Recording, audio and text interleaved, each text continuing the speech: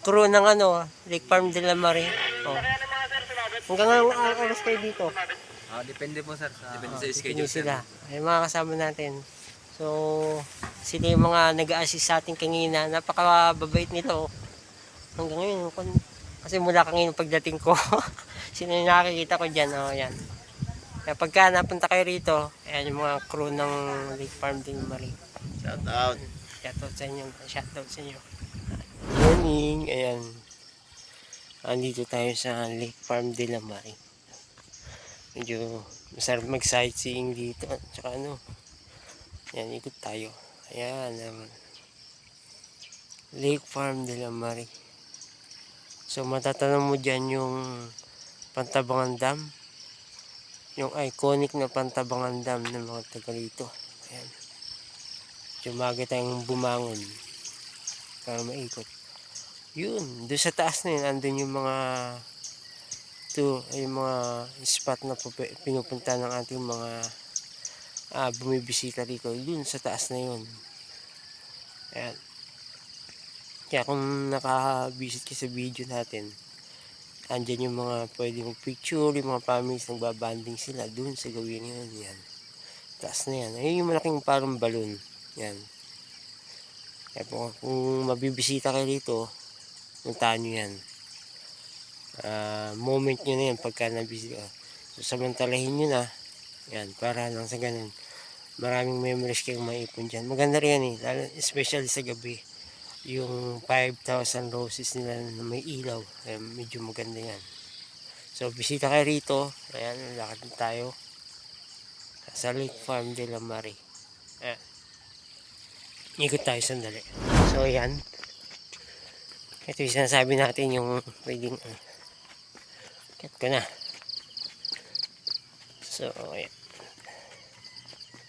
Yun yung sinasabi natin. Hindi na. Sa medyo parang hiningal ako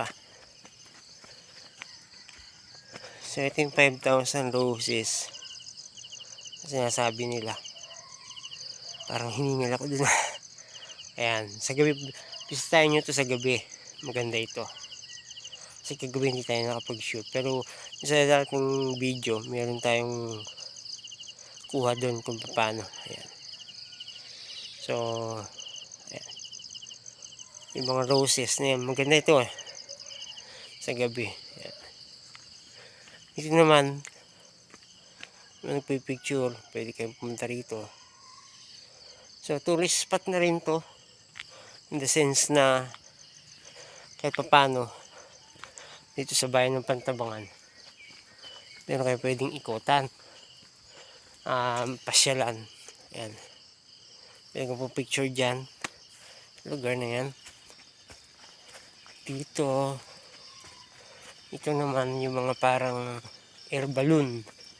Ayan, pambata, pamaliit. Air balloon. Yan. O, yan. Yung sa kanan, matatanong mo yung Pantabangan. So, ayan, ikot. Medyo, yan. Yung sa mga nagtatanong kung magkano ang entrance dito, affordable. Kaya, pwede kayong bumisita dito. Family bonding sa mga bata. Kahit pa paano makapag-relax. Ayan lang pong Pantabangan. Sightseeing nyo na rin ang bayan, ang Pantabangan Dam, Pantabangan Lake. Ayan, pwede kayo dito. Yan yung mga kanila rito.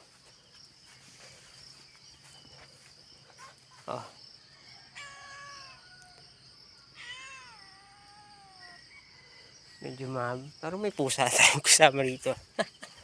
Ayan. Ayan, dito mo nagpipicture. Pwede kayo ditong pagkwentuhan o sino kasama families. Ayan. Picture na yan.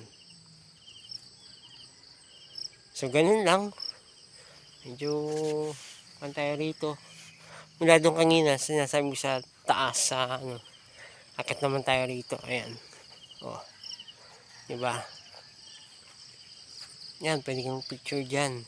Sightseeing na rin. Nasa likod niyan yung Pantabangan Dam. Lake Farm de la Marie. Oh. Sige, di ba? So, yan muna. Yung sa mga nagtatanong, pwede kayong pumunta rito. Samantalahin nyo na po. Napakasarap ng hangin dito. Malamig. Malamig dito. So, unedited to. Ipupost natin sa Lake Farm. Oh, yan.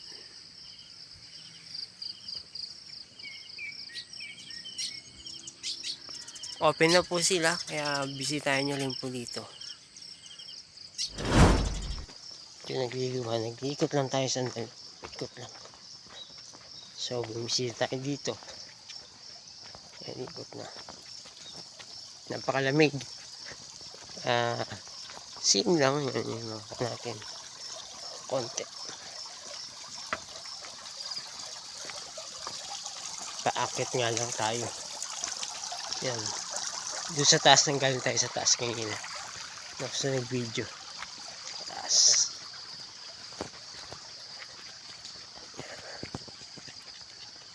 Medyo akyatin. Pagka hindi ka mahilig sa akyatin. So, sa ganito, nakit ka lang. Yan. Doon tayo nang galing kanina sa baba.